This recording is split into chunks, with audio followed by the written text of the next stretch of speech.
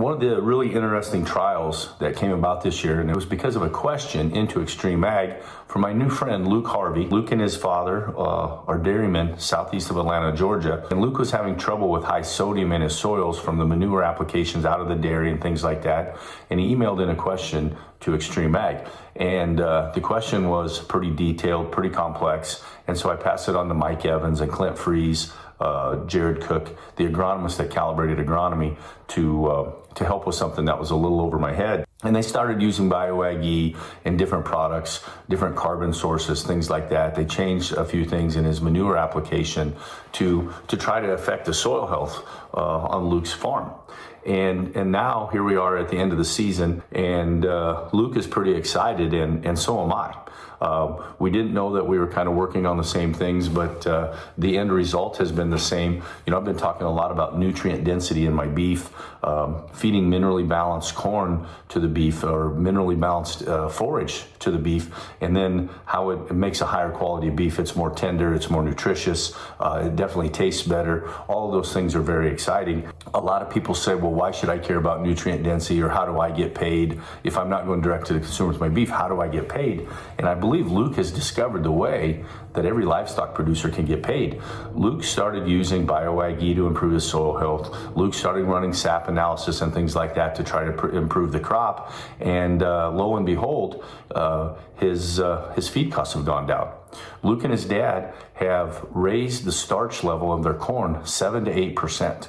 And the starch is energy, and what that equates to, and why that's very exciting. Every 7% raise in starch saves Luke and his dad 30 cents per head per day on feed cost, because of how they've improved the quality of the ration.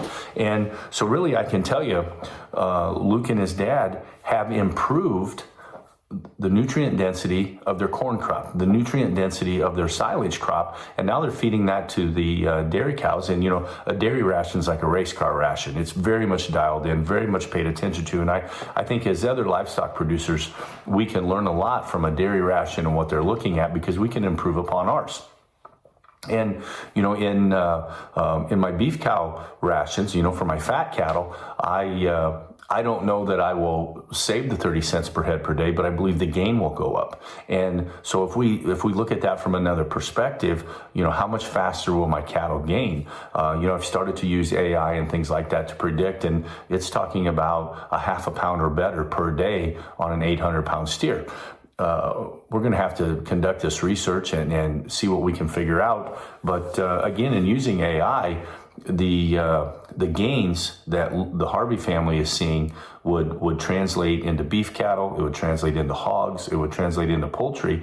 And one of the really interesting things is it would allegedly translate into ethanol production. The yield of the ethanol per bushel of corn would go up 1 or 2 tenths a gallon of ethanol, based on the research I've done so far. Now, again, this has yet to be proven out, but this answers the question, how do I get paid by growing a nutrient-dense crop? And the answer is in many ways.